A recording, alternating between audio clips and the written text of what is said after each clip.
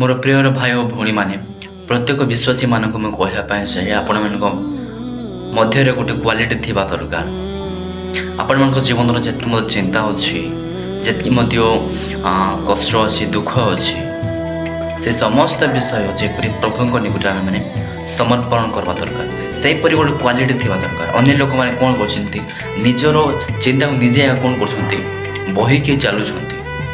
प्रभु कहते तुम समस्त चिंता कौन कर भार सब मोर पर थई दियो मुझे कौन करी नेबी और समाधान करी जो विषय से आगे कौन करेंगे प्रभु समाधान करेंगे। आम मैंने मनीष होकर कौन कर समस्त विषय चिंता सब आम निजर मुंडे नहीं कर निजर मध्य नहीं कर आम चलुचु।